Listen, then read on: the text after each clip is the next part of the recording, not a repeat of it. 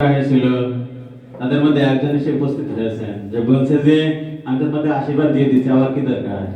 হরে কৃষ্ণ। আমাদের এই মন্দিরের গার্জিয়ান আমরা বলি, যিনি যিনি আমাদের পিতা সম, হ্যাঁ, এই মন্দিরকে আগলে রেখেছেন, যার আশীর্বাদে যে কোনো সময় আমরা কাছে পাই, যে কোনো বিপদে এই মন্দিরকে নিজের বাড়ি যেমন রক্ষণ করে সেভাবে রক্ষণবেক্ষণ করেন। তিনি হচ্ছেন শ্রীমান সদানন্দ কৃষ্ণদাস প্রভু। তার জন্য আমরা একটু হরিদ্বার বলি, হাতে ধরি, হরে কৃষ্ণ।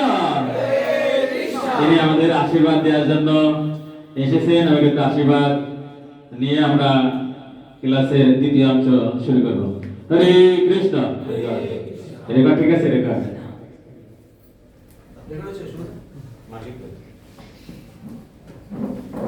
হরে কৃষ্ণ, হরে কৃষ্ণ।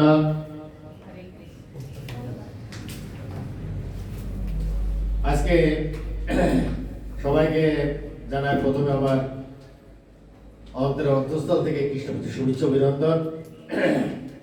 এবং আমি প্রথমে স্মরণ করি আমার পরমাধ্য আমার গুরু মহারাজকে। আজ তিনি কৃপা করেছেন বিধায় আজকে এখানে অনেক ভক্তরা এই জায়গাটার উপরে বসে তারা এই যে ভগবান যে মুখস্থিত বাণী অর্জুনকে যে গীতার গান দান করছিলেন সেইগুলো শেখার জন্য এখানে যে কোর্স চালু হয়েছে। তাই আমি আমার গুরু মহারাজের চরণ কমলে আবারও পরিবার জানাচ্ছি এবং তার আশীর্বাদ কামনা করছি।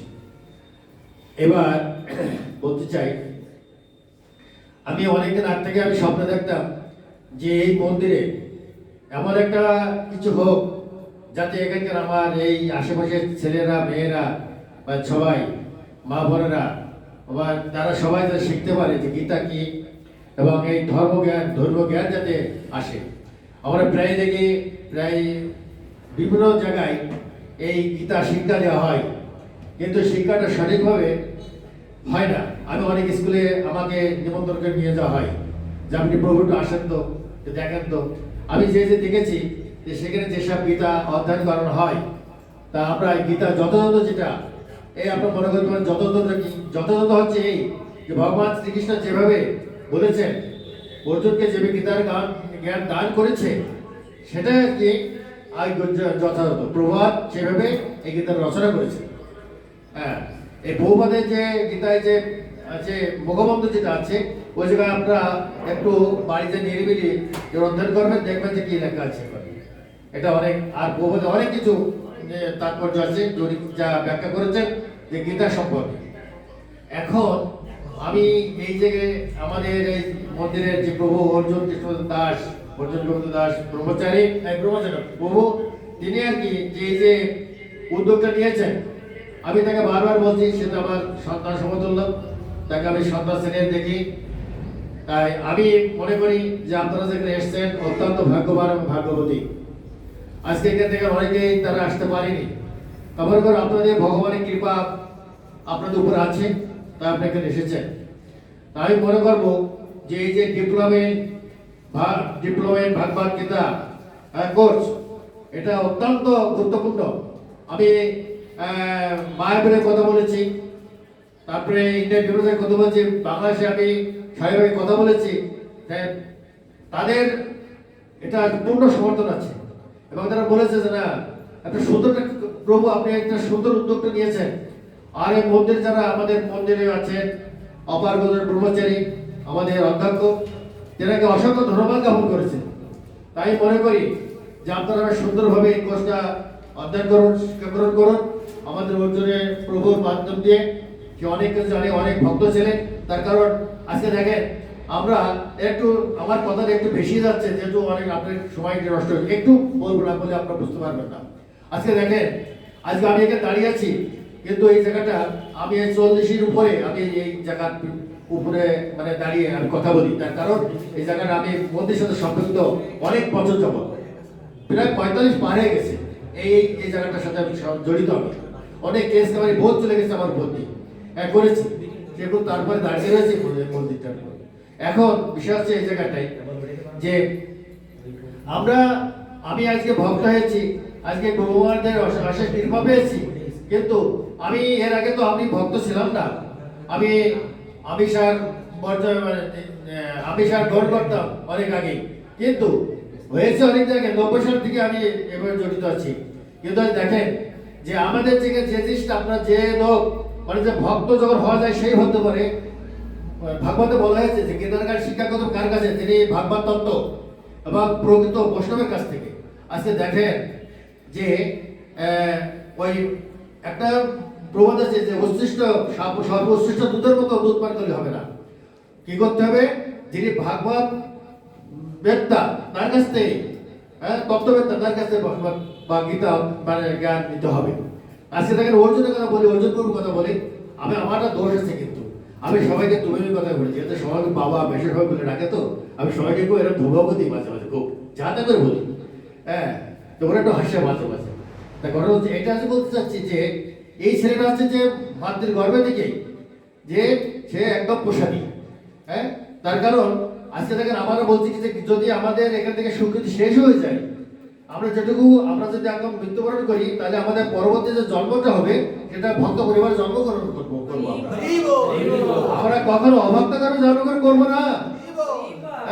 তাই আজকে দেখেন শুধু ভক্তের কাছে আপনারা গীতা অধ্যয়ন শিখছেন, তার কাছে আপনি কোর্স কমপ্লিট করছেন, এটা অত্যন্ত ভাগ্যবতী আপনারা বা ভাগ্যবান। দেখেন আজকে অর্জুনের মতো ছেলে, আপনি যে আজকে আমি যদি যেটুকু পারতাম, আমি হয়তো তার থেকে কম বেশি যাই পারি না, কারণ আমি যদি পারতাম, আমি কিন্তু পুরোপুরি আমি যে মাতৃ গর্ভ থেকে প্রসাদ ভক্ত না। আজকে দেখেন সে কিন্তু মাতৃ গর্ভ থেকে প্রসাদী, এবং সেই জন্য সে কি অন্যরা ভক্ত আপনার মাতা ভাবেন তো যে কি স্বীকৃতি তার, সেই জন্য সে আজকে এখানে আপনারা, আর সেই স্বীকৃতি থেকে আপনার স্বীকৃতি লব্ধ হচ্ছে, সেই জন্য আপনারা তার কাছ থেকে সুন্দর করে কোর্সটা কমপ্লিট করুন। আর আশেপাশে আপনারা যে সমস্ত বন্ধু বান্ধব ভাই বোন যে সমস্ত সহপাঠীতে আছে তাদেরকে উদ্বুদ্ধ করুন যে আমাদের মন্দিরে সুন্দর গীতা কোর্স চালু হয়েছে, আপনারা একটু যুক্ত হন, আমাদের এটা চলবে। আর আমি অসংখ্য ধন্যবাদ জানাই সবাইকে, আপনারা সুস্থভাবে সুন্দরভাবে কোর্স কমপ্লিট করুন। এই বলে আমি আপনাদের উপরে আমি তো আশীর্বাদ, আমি গুরুবাদী কৃপা ভিক্ষা চাচ্ছি, আপনাদের আশীর্বাদ বর্ষিত। হরে কৃষ্ণ, হরে হরে কৃষ্ণ। আমরা শ্রীমান সদানন্দ কৃষ্ণদাস প্রভুকে অসংখ্য ধন্যবাদ খাটো করা হবে, তার জন্য একটু কৃষ্ণের কাছে একটু প্রার্থনা করি যেন তার আধ্যাত্মিক চিন্তা যেন ভালো হয়, আর তার ভালো হলে আমরা ভালো থাকতে পারবো। হরে কৃষ্ণ, হরে কৃষ্ণ, কৃষ্ণ কৃষ্ণ হরে হরে, হরে রাম, হরে রাম, রাম রাম হরে হরে, হরে কৃষ্ণ। ঠিক আছে, হরে কৃষ্ণ। আমরা ক্লাসের দ্বিতীয় অংশে চলে এসেছি, ল্যাপটপে দিকে দিয়ে, আর আমরা ল্যাপটপ ডিসপ্লে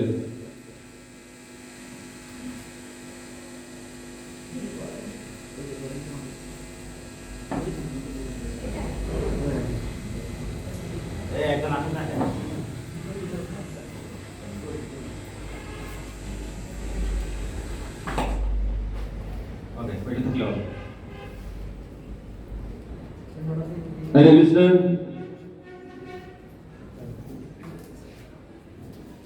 এটি বন্ধ করে দেব।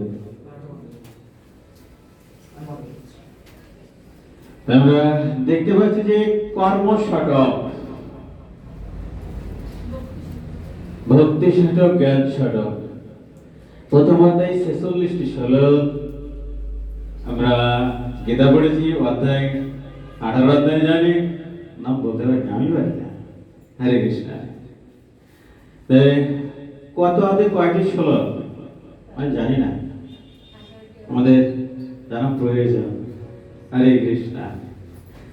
এইভাবে আমরা এগুলো দেখে নেব, বন্ধই দেখানো।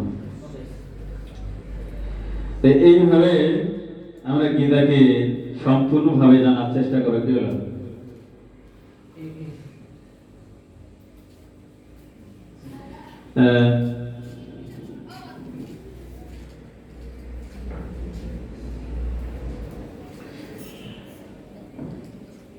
আমরা একটা দেখতে পাচ্ছি নিচে যে এখানে 18টি অধ্যায়, 18টি অধ্যায়ের মধ্যে 3টি শতকের মধ্যে ভক্তি শতক শ্রেষ্ঠ।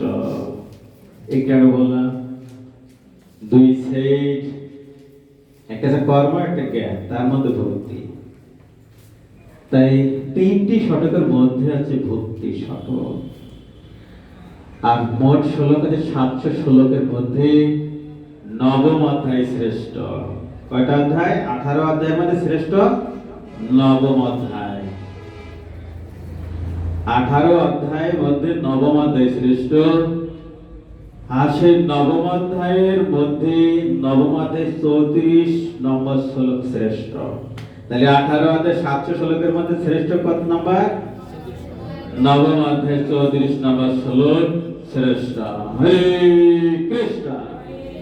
আমরা জানতে পারলাম, তাই আমরা আজকে জানতে পারলাম যে নবম অধ্যায় শ্রেষ্ঠ। তার মধ্যে নবম অধ্যায় 34 নম্বর শ্লোক আছে শ্রেষ্ঠ। 700 শ্লোকের মধ্যে নবম অধ্যায়ের 34 নম্বর শ্লোক আছে শ্রেষ্ঠ। 18টি অধ্যায়ের মধ্যে প্রথম অধ্যায় ভগবদ গীতার ভূমিকা স্বরূপ। 18টি অধ্যায়, তার মধ্যে ভূমিকা স্বরূপ আছে প্রথম অধ্যায়। এবং 18 অধ্যায় সমাপ্ত ভগবদ গীতার পুনরাবৃত্তি। 18 অধ্যায়টিকে ভগবদ গীতার পুনরাবৃত্তি মানে আর একবার বলা। বোঝা গেল? হরে কৃষ্ণ। তাহলে মোট শ্লোক 700। গীতার বক্তা কয়জন জানি আমরা? জানি, জেনেছি। এত ভাগবত গীতা কোর্স আছে। ধৃতরাষ্ট্র 1টি শ্লোক বলেছেন, সঞ্জয় 40টি শ্লোক, অর্জুন বলেছেন 85টি, আর ভগবান শ্রীকৃষ্ণ বলেছেন 574টি। ঠিক না? হরে কৃষ্ণ। ধৃতরাষ্ট্র 1টি শ্লোক, সঞ্জয় বলেছেন 40টি শ্লোক, আর অর্জুন বলেছেন 85টি। হরে কৃষ্ণ। তার মধ্যে ভগবান শ্রীকৃষ্ণ বলেছেন 574টি। হরে কৃষ্ণ। এখন অর্জুন তো এত প্রশ্ন করেছে, তা আমি একটু দেখি প্রশ্ন দেখলাম। সমগ্র ভগবদ গীতায় অর্জুন প্রশ্ন করেছেন 16টি। কয়টি জানি আমরা? আগে জানতাম না। কয়টি? 1, 10, 6, 16টি প্রশ্ন করেছেন, ভগবান শ্রীকৃষ্ণ উত্তর দিয়েছেন, তাই 716 লিখেছেন। হরে কৃষ্ণ। বলছে প্রথম প্রশ্ন অর্জুনের, দ্বিতীয় অধ্যায় 54 নম্বর শ্লোক। প্রথম অধ্যায়ে অর্জুন প্রশ্ন করেননি, ভগবান শ্রীকৃষ্ণ কোনো কথা বলেননি। স্থির পদপ্রজ্ঞ ব্যক্তির লক্ষণ কি? তিনি কিভাবে কথা বলেন, কিভাবে অবস্থান করেন, আর বসা চলা, তিনি কিভাবে বিচারণ করেন? প্রথম প্রশ্ন। হ্যাঁ, স্থিত প্রজ্ঞ ব্যক্তির লক্ষণ কি? আমরা জানতে পারবো প্রশ্ন আছে। তিনি কিভাবে কথা বলেন? একজন ভক্ত তিনি কিভাবে কথা বলেন? একজন বৈষ্ণব কিভাবে কথা বলা উচিত, কিভাবে তিনি কথা বলেন? আমরা যারা মহারাজ আছে তাদের কথা শুনলে বুঝতে পারি, তীক্ষ্ণ শেয়ালের মতো চালাক নয়, বুদ্ধিমান করে। আমরা যদি হই তাহলে বুঝতে পারি। বলা হচ্ছে যে কিভাবে তিনি অবস্থান করেন, কিভাবে তিনি বিচারণ করেন, এই প্রশ্ন ভগবান শ্রীকৃষ্ণের কাছে অর্জুন করেছে। এই প্রশ্ন আমাদের কখনোই আসে না। বহুতবার গীতা পড়লাম, প্রথম প্রশ্নটা তো খুঁজেই পেলাম না। ঠিক না? পেয়েছি? এই কৃষ্ণ। দ্বিতীয় প্রশ্ন, তোমার মতে কর্মযোগ অপেক্ষা বুদ্ধিযোগ শ্রেয় হওয়া সত্ত্বেও তুমি আমাকে যুদ্ধে নিয়োজিত হতে বলছো কেন? হে মাধব, ভগবান শ্রীকৃষ্ণের কাছে অর্জুন প্রশ্ন করছে, তুমি তো বলছো যে কর্মযোগ অপেক্ষা বুদ্ধিযোগ শ্রেষ্ঠ, তাহলে তুমি কেন আমাকে যুদ্ধ করতে বলছো? তাই কর্মযোগ ও বুদ্ধিযোগের মধ্যে কোনটি শ্রেয় আমাকে নিশ্চিত করে বলো, কোনটা শ্রেষ্ঠ সেটা আমাকে নিশ্চিত করে বলো। কাকে বলছে? ভগবান শ্রীকৃষ্ণকে। গীতা পড়েছি, পেয়েছি, প্রশ্নটা কি পেয়েছি? হরে কৃষ্ণ। 3 নম্বর প্রশ্ন, কার দ্বারা চালিত হয়ে মানুষ ইচ্ছা অনিচ্ছা সত্ত্বেও বলপূত পাপ আচরণে প্রবৃত্ত হয়? একটা গুরুত্বপূর্ণ প্রশ্ন। আমি চাই না পাপ করতে, তাও কিভাবে যেন পাপ হয়ে যায়, ঠিক না? আমি জব ভালো করে করতে চাই, কিন্তু শুদ্ধভাবে হয় না, ঠিক না? আনন্দ পাচ্ছি না, তার শুদ্ধ হচ্ছে না।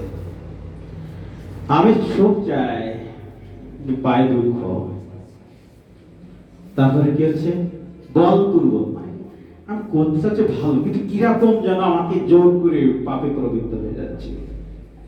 এই প্রশ্নের আনসার অর্জুন প্রশ্ন করেছেন, অর্জুন করেছেন ভগবান শ্রীকৃষ্ণের কাছে। আমি তো পাপ, মানুষকে পাপ করতে চায়, কেউ চায় না। চোরও চুরি করতে চায় না, চোর জানে যে চুরি করা পাপ, তারপরে চুরি করছে, কিন্তু কেন? এটা হচ্ছে মূল বিষয়, ঠিক আছে? বাবা মা সন্তানকে মারতে চায় না, তারপরেও কেন যেন, ঠিক আছে? সন্তান অন্যায় করতে চায় না, ঠিক আছে? কিভাবে যেন হয়ে যায়, ঠিক আছে? ঠিক না? মা বেটি, ঠিক আছে, ঠিক না? এরকম বলা হচ্ছে সূর্যদেব বিভীষণ জন্ম হয়েছিল তার জন্মের অনেক পূর্বে। কার জন্ম? হচ্ছে সূর্যদেব বিভীষণের জন্ম হয়েছিল তার জন্ম, অর্জুনের ভগবান শ্রীকৃষ্ণের জন্মের অনেক পূর্বে। তুমি যে তাকে এই জ্ঞান দান করেছিলে তা আমি বুঝবো কি করে? হরে কৃষ্ণ। আমাকে মনে আছে না? হ্যাঁ, অর্জুনের কাছে অর্জুন প্রশ্ন করছে, তোমার জন্ম তো আমি আর তুমি একই বন্ধু, আর সূর্যদেব তুমি সঙ্গে কত আগে জন্ম করেছিল, তাকে তুমি যে জ্ঞান দিয়েছো, এখন আমার কি? এটা বিষয়, এটা একটু গুরুত্বপূর্ণ প্রশ্ন, আমাদের হৃদয়ে সবার রয়েছে এই প্রশ্ন। প্রত্যেকটা প্রশ্ন আমাদের আছে, আমরা জানতে চাই, উত্তর পাই। তারপরে প্রশ্ন করছে, কর্ম ত্যাগ ও কর্মযোগের মধ্যে কোনটি অধিক কল্যাণকর, তা সুনিশ্চিত করে আমাকে বলো। কর্ম ত্যাগ আর কর্মযোগ, কর্ম ত্যাগ আর কর্মযোগের মধ্যে কোনটি সুনিশ্চিত করে আমাকে বলো, কোনটা আমার জন্য ভালো হবে। যুদ্ধ ছেড়ে যে আমি বনে যে ভিক্ষাবৃত্তি ধারণ করব, হ্যাঁ, নাকি কর্মযোগ পালন করব? হরে কৃষ্ণ। সে বিষয়ে আমাকে বলো। শরীর ও ইন্দ্রিয়ের বিক্ষোভ উৎপাদক, অতি চঞ্চল দুর্দম মনকে বশ করা, বেগবান বায়ুকে বশীভূত করার চেয়েও কঠিন। বেগবান বায়ুকে ঝড়, হ্যাঁ, সেই বায়ুকে তো নিয়ন্ত্রণ করা যায় না, তার চেয়েও গতিশীল মন, ঠিক আছে? একে কিভাবে আমি বলবান এই মনকে বশীভূত করতে পারি? আমি যদি এখান থেকে ইচ্ছা করি ঢাকা থেকে ঘুরে আসতে পারি, মন, ঠিক আছে? আমি ঢাকার অমুক মিষ্টি দোকানে গিয়েছিলাম, এই মিষ্টি খেয়েছিলাম, ঠিক আছে? মায়াপুর যদি কেউ যায়, মায়াপুর ওই জায়গায় রাধা মাধব এরকম এইভাবে দাঁড়িয়ে আছে, এই ড্রেস পাশে, মনের কি গতি আমি বুঝতে পারছি। যখন যেটা মনে হয় সেটা চলে যাচ্ছে মন, তড়িৎ গতির চেয়েও গতিশীল। এই মনকে আমি কিভাবে বসে আনব? ভগবান শ্রীকৃষ্ণের কাছে অর্জুন প্রশ্ন করেছে। আমি তো খারাপ দিকে মন দিতে চাই না, তো তাই কিভাবে, ঠিক না? হ্যাঁ, চাই, আমি তো পড়তেই চাই, কিন্তু মন তো বসে না, ঠিক না? পড়তে চাই কিনা? চাই, কিন্তু মন বসে না। এই মনকে কিভাবে কন্ট্রোল করব? ঠিক আছে? সবসময় কৃষ্ণ কৃষ্ণ করতে মন চায়, কিন্তু হয় না। বলছে শ্রদ্ধার সাথে সাধনায় যুক্ত হওয়ার পর চিত্ত চঞ্চল বসত যে যোগী সিদ্ধি লাভ করতে ব্যর্থ হয়েছে, তার গতি কি হবে? আমরা যে এটি কমাই দিই। যে আমরা ভগবান এর যে ভক্তিযোগ শুরু করছি, ভগবান সেবা পূজা করছি, করার সম্পূর্ণ হওয়ার আগে আমরা যদি মৃত্যুবরণ করি, আমার গতি কি হবে? তুমি যে বলছো এই করতে, মাঝখানে যদি মরে যায়, আমার যদি বিচ্ছেদ হয়, তখন আমার গতি কি হবে? আরে কৃষ্ণ বলছে ব্রহ্ম কি, আধ্যাত্ম কি, কর্ম কি, অধিভূত কি, অধিদৈব কি, অধিযজ্ঞ কি, আমরা অনেকটা একসাথে ভাগবত গীতা করছে পেয়েছি। এই দেহের মধ্যে তিনি কি রূপে অবস্থিত, মৃত্যু কালে জিতেন্দ্রীয় ব্যক্তিগণ কিভাবে আমাকে জানতে পারে? অষ্টম অধ্যায় 1 থেকে 2 নাম্বার শ্লোক, মাত্র 2টো শ্লোকের সমাধান দিয়েছে। হে যোগেশ্বর, জিতেন্দ্রীয় কিভাবে, জিতেন্দ্র ভগবান শ্রীকৃষ্ণকে বলেছেন মৃত্যুকালে জিতেন্দ্র ব্যক্তি কিভাবে আমাকে জানতে পারে?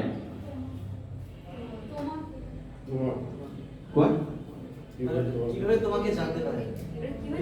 হ্যাঁ, তোমাকে জানতে পারে। জিতেন্দ্রীয় ব্যক্তি যারা ইন্দ্রকে জয় করেছে, তারা মৃত্যুকালে আপনাকে কিভাবে জানতে পারে? যোগ সূত্রটা কি? জিতেন্দ্রীয় মানে যারা ইন্দ্রকে জিতেছে, যারা ইন্দ্রকে কন্ট্রোল করতে পারে, তারা আপনাকে কিভাবে জানতে পারে? সেই যোগ সূত্রটা আমাকে বলেন। বলতে যে হে যোগেশ্বর, কিভাবে সর্বদা তোমার চিন্তা করলে আমি তোমাকে জানতে পারবো? বিবিধ কি কি, বিবিধ মানে বিধি কি কি কি আকৃতির মাধ্যমে আমি তোমাকে জানতে পারবো, চিন্তা করব। আচ্ছা, ভাগবত গীতা করছে, আমরা একটা জিনিস পেয়েছি, কি পেয়েছি? বিগ্রহ কি, মূর্তি কি পেয়েছি কি? সেখানে আমরা জানতে পারবো, এখানে আমরা জানতে পারবো। হরে কৃষ্ণ। আরো জানতে পারবো তুমি কিভাবে এই বিশ্ব ব্রহ্মাণ্ডে পরিব্যাপ্ত। তুমি যে বলো আমি সব জায়গায় আছি, কিন্তু কিভাবে এটা আমাকে বলো। আর কি, আমি তোমার সেই ঐশ্বর্যময় রূপ, বিশ্বরূপ দেখতে চাই। তুমি যেভাবে পরিব্যাপ্ত সেটা আমি দেখতে চাই। অর্জুন দেখতে চেয়েছে কোথায়? 11 অধ্যায় 3 নম্বর শ্লোকে।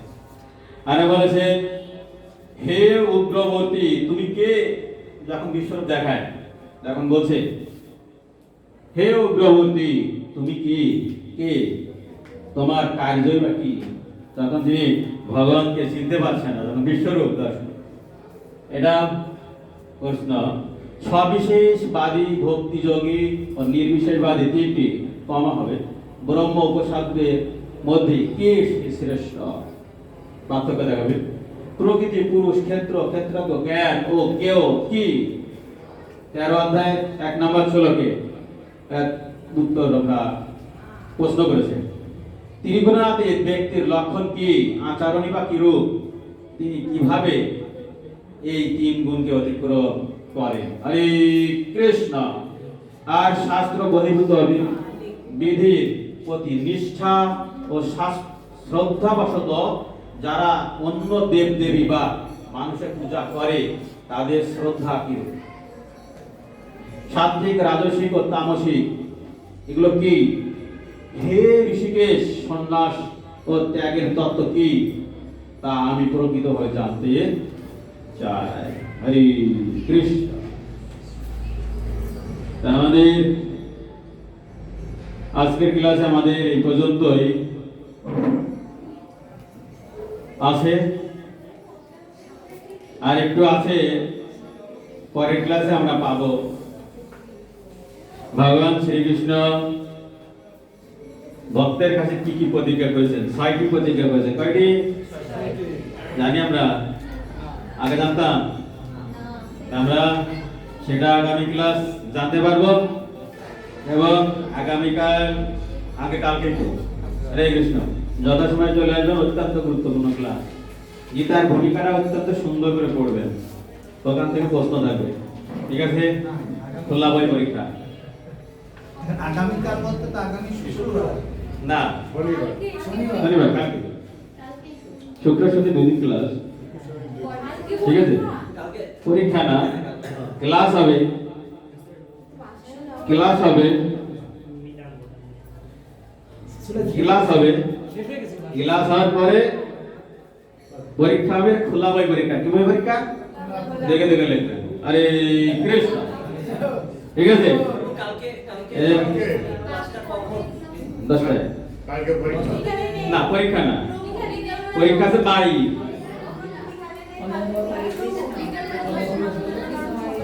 আরে বল, আরে বল, এটা আসতে পারবেন না? আর আপনারা সবাই হাত তুলে দেন, আসার চেষ্টা করবেন। যারা আসতে পারবেন না অনলাইনে ভালো করে ক্লাস করবেন। ওই সময় যদি করতে পারেন ভালো, তাহলে রেকর্ড ক্লাস পাবেন। আসতে পারবে না? পারবে তো? হরে কৃষ্ণ। আসতে পারবেন না? হরি বল। মানে কালকে হরে কৃষ্ণ। পরে শনিবারের ব্যবস্থা হয়ে যাবে। অনেক বড় ক্লাস তো একদিন করে নিলে শেষ হবে না তো। হ্যাঁ, শেষ হবে না। একদিন করে নিলে 2 বছর লাগবে। হ্যাঁ।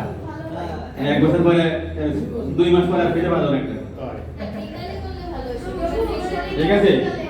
বিকালে করে শনিবার বিকাল 4টা 4:30 3টে আসেন তাহলে। 3টে হবে না, 4টে দিন করবো। বিকালে কেন নিচ্ছি সেটা তাহলে দেখেন। শনিবার বিকালে কেন নেবো? না, বিকালে সকালে করে। অনেকের কাজ সমস্যা শুরু করে। সকালে করে, সকালে সকালে সকালে। বিকালে আমার টাইম নেই। সকাল আর শনিবার বিকাল। আমার বিকালে টাইম নেই, বিকালে ক্লাস করে। 2 দিনই সকালে। সকালে।